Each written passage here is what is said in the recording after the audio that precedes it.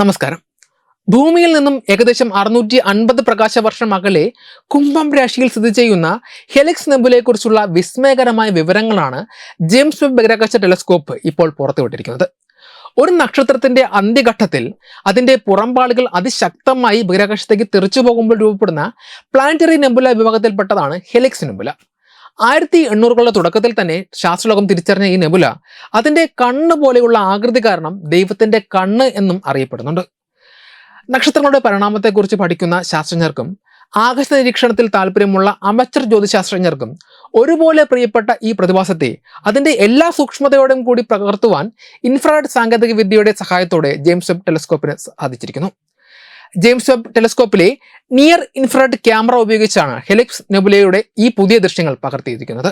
മുൻപ് Hubble telescope ദൃശ്യപ്രകാശത്തിൽ പകർത്തിയ ചിത്രങ്ങളെക്കാൾ എത്രയോ മടങ്ങ് വ്യക്തതയും ആഴവും പുതിയ ഇൻഫ്രാറെഡ് ചിത്രങ്ങൾക്ക് ഉണ്ട്. നക്ഷത്രം മരിക്കുന്ന വേളയിൽ പുറന്തള്ളപ്പെടുന്ന വാതക പടലങ്ങളുടെ ഘടനയും അവയുടെ ചലനവും ഈ ചിത്രങ്ങളിൽ അതീവ സൂക്ഷ്മമായി കാണാം. നെബുലയുടെ ഉൾഭാഗത്തായി വാൽനക്ഷത്രങ്ങളുടെ വാലുകൾക്ക് സമാനമായ നീളൻ തൂണുകൾ ശാസ്ത്രജ്ഞർ കണ്ടെത്തിയിട്ടുണ്ട്. കോമറ്ററി നോട്ട്സ് എന്ന് വിളിക്കപ്പെടുന്ന ഇവ മരിച്ചുകൊണ്ടിരിക്കുന്ന നക്ഷത്രത്തിൽ നിന്നുള്ള ചൂടുള്ള കാറ്റും നേരത്തെ പുറന്തള്ളപ്പെട്ട തണുത്ത വാതകങ്ങളും പൊടിപടലങ്ങളും തമ്മിൽ കൂട്ടിയിടിക്കുമ്പോഴാണ് രൂപപ്പെടുന്നത്. ഈ പ്രതിഭാസം നക്ഷത്രങ്ങളിൽ നിന്നുള്ള ദ്രവ്യം എങ്ങനെയാണ് പ്രപഞ്ചത്തിന്റെ മറ്റ് ഭാഗങ്ങളിലേക്ക് പുനരുപയോഗത്തിനായി എത്തുന്നത് എന്നതിനെക്കുറിച്ചുള്ള നിർണായകമായ അറിവ് നൽകുന്നു.